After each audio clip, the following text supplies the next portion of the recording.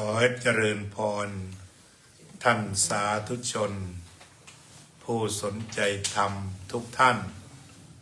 วันนี้เป็นวันอาทิตย์ที่ 11 เดือนพฤษภาคม พุทธศักราช 2568 เป็นวันขึ้น 15 ค่ำเดือน 6 เป็นวันวิสาขบูชาในประเทศสหรัฐอเมริกาก็เป็นวันมงคลชีวิตอีกวันหนึ่งเรียกว่าเป็น Mother Day ใช่ไหมก็เรียกทางการเป็นวันแม่ก็แล้วกันส่วนสำหรับวัดพุทธปัญญาก็เป็นวันเกิดหลวงพ่อปัญญานันทะด้วยวันนี้พอดีเป็นอย่างนี้ก็คือกะว่าจัดรายการพรุ่งนี้เต็มๆของหลวงพ่อปัญญานันทะวันนี้ถวายพระพุทธเจ้าเต็มๆก่อนแล้วก็ต่อไปก็เตรียมการหลวงพ่อปัญญาวันพรุ่งนี้เช้าที่จริงก็ถ้าฟังภาษาใต้ออกก็เย็นดีก็เอาแล้วไปที่วัดประสาทนิคมก็เรียกว่าทางวัดชนก็จัดไปเรียบร้อยแล้วแต่ว่าเราก็แบบจัดเต็ม1 ชั่วโมงพรุ่งนี้เช้าธรรมทานจากวัดพุทธปัญญานี่ก็เป็นวันมงคลทั้ง3 วันมาพร้อมกันทีนี้เวลาที่สั้นๆนี้ก็จะคุยกันถึงเรื่องว่าพระพุทธเจ้านะมีแม่ถึง3 คนแม่คนที่1ก็คือพระนางสิริมหามายาเป็นแม่เกิดกายเป็นแม่เกิดพระวรกายแม่ที่2จาก5 วันเป็น7 วันเป็นต้นไปวันที่8ก็คือพระแม่มหาประชาบดีโคตมีซึ่งมีความรักสูงสุดแล้วก็พระแม่สุดท้ายก็คือชื่อว่าธรรมกายประกอบด้วยมรรค4ผล4นิพพาน1ฉะนั้นคำนี้มีอยู่ในพระไตรปิฎกที่พระพุทธเจ้าตรัสตรงนั้นตรัสว่าพระองค์เกิด2 ครั้งครั้งแรกเกิดจากคันมารดาพระนางสิริมหามายาครั้งที่2เกิดจากการจากธรรมกายก็คือบรรลุถึงมรรค4ผล4นิพพาน1มรรค4ก็โสดาปัตติมรรคสกิทาคามิมรรคอรหัตตมรรคแล้วก็ผล4ก็คือโสดาปัตติผลสกิทาคามีผลอนาคามิผลและก็อรหัตตผล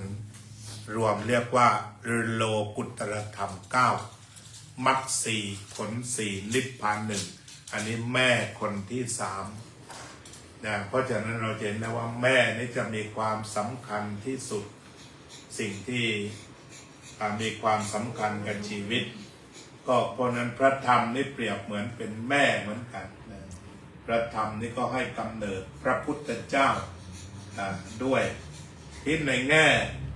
ง่ของคนเนี่ยพระพุทธเจ้านอกจากจะหลุดพ้นหมดแล้วที่เราพูดในแง่ของคน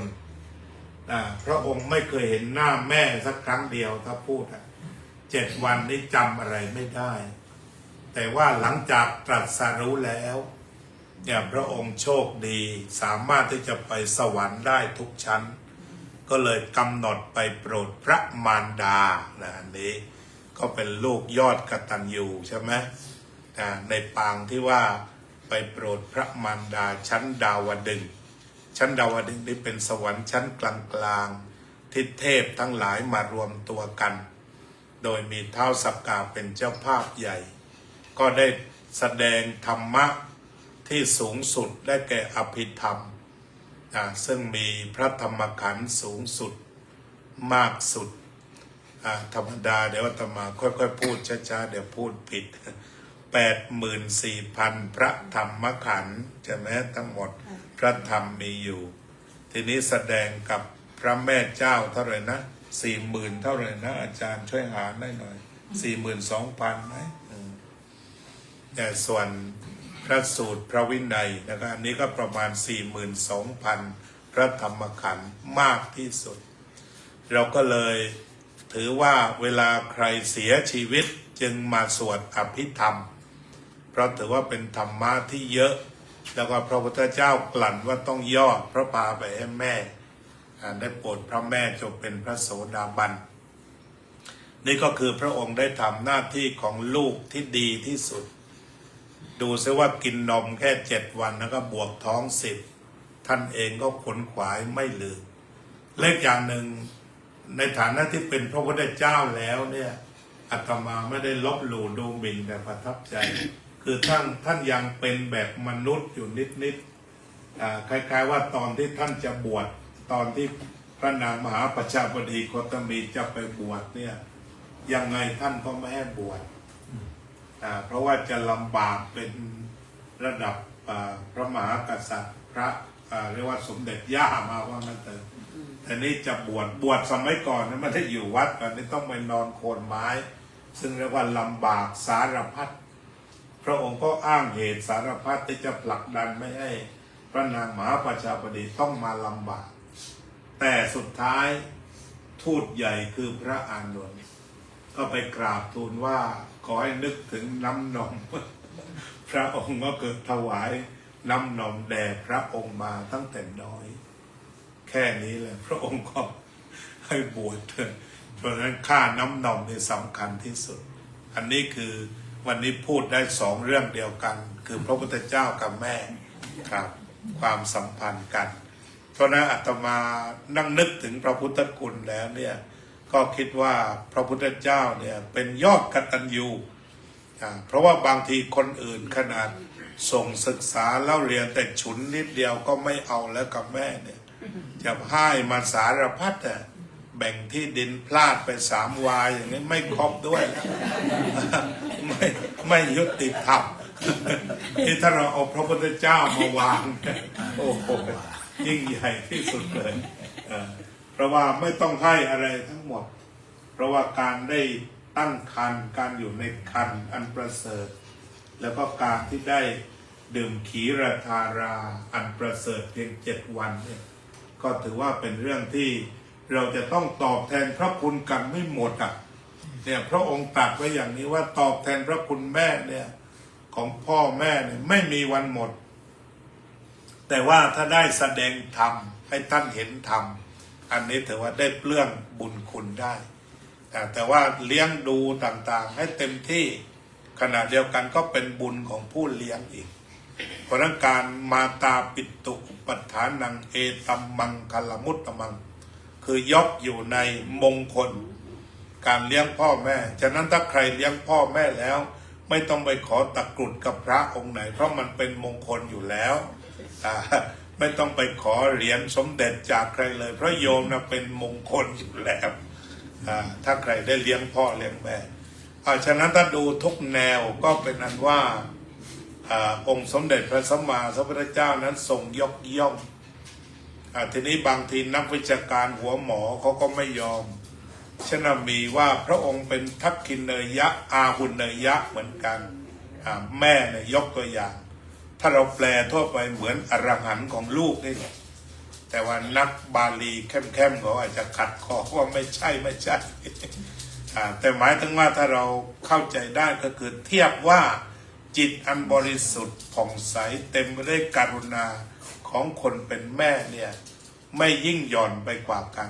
กับความกรุณาของบุคคลที่ยิ่งใหญ่ทั้งหลายท่านจึงยกย่องว่าเป็นเหมือนพระอรหันต์ของลูกเป็นพระพรหมเพราะว่าเป็นผู้ให้กำเนิดเป็นผู้สร้างให้กำเนิดสร้างอย่างเดียวก็ยังไม่พอยังเลี้ยงดูเพราะนั้นถ้าใครถามอาตมาว่า do you believe in God ฉันว่า yes what your God my parents are God เพราะว่า God ของเราไม่ต้องไม่ต้อง pray ก็ bless แล้วใช่ไหมอยากกินข้าวมันไก่ไม่ต้อง pray ได้แกงจืดมาฟรีๆแล้ว เนี่ยหัวใจของผู้ศักดิ์สิทธิ์ของเราเนี่ยคือ bless ไม่ต้องเพลแต่ bless ได้ทุกอย่างเพราะฉะนั้นเทียบกับพระเจ้าซึ่งเพลงแล้วก็นานๆจะ bless ทีแต่ของพ่อมันจะ bless แบบ continuously เลยเมื่อเช้าวันนั้นอภิปรายกันเรื่องแม่เนี่ยก็ได้ไปเยอะเหมือนกันพวกฝรั่งแต่พอดีอาจารย์เรียกไปรับเงินซะก่อนคือเขาจะได้ให้เงินมาก้อนหนึ่งเป็นมรดกเก่าแก่ซึ่งเขาเสียไปแล้วว่ามอบให้วัดพุทธปัญญาไปดูแลเด็กโครงการรักโลกรักน้องคนไทยล่ะอาจารย์คนไทยอาจจะเคยฟังเทศน์อาตมาหรือเล่าเรื่องนี้ให้ฟังอะไรเนี่ยจนรู้สึกว่าประทับใจก็เลยคุยที่พิชช็อปแฟมิลี่ได้ไม่เยอะเมื่อเช้าแต่ตอนนี้เนี่ยถ้ามองดูถึงพระพุทธองค์พระองค์ก็มีความเชื่อมโยงมีความสัมพันธ์ทั้งในแง่คำสอนต่างๆที่เกี่ยวกับเรื่องของแม่เนี่ยทุกแง่ทุกมุมยกให้เป็นครูคนแรกยกให้เป็นเทวดาด้วยมีคำอธิบายไว้หมดเลยวันนี้พอดีไม่ว่างถ้าว่างก็อาจจะนั่งอภิปรายอาตมาจะเป็นผู้ฟังแม่สักวันหนึ่งแต่พอดีต้องสวดปาฏิโมกข์บ่าย2ถ้ามันจัดบ่ายโมงนี่คงเหนื่อยหนักมีของแม่ ทีนี้ลูกเนี่ยพระพุทธเจ้าบอกไว้3แบบก็คือเรียกว่าหนึ่งอวชาตบุตรลูกที่แย่กว่าพ่อแม่2อนุชาตบุตรลูกที่เท่าเทียมกัน3อภิชาตบุตรดีกว่าพ่อกว่าแม่ก็แล้วแต่กันนะก็มี3แบบด้วยกันถ้าเป็นแบบนั้นที่บรรดานักเทศเขาก็กล่าวไว้เหมือนกันความทุกข์ของแม่มีอยู่3ขั้นตอนที่1ถ้าไม่มีลูกก็เป็นทุกข์ในวรรณกรรมเขาบอกก็ไปไหว้วอนสิ่งศักดิ์สิทธิ์ทั้งหลายเนี่ยต้นโพเราเนี่ยได้เป็นหลายคนแล้วก็ไหว้วอนสิ่งศักดิ์สิทธิ์ทั้งหลายเนี่ยอันที่1ถ้าสมมติไม่ได้ก็เป็นทุกข์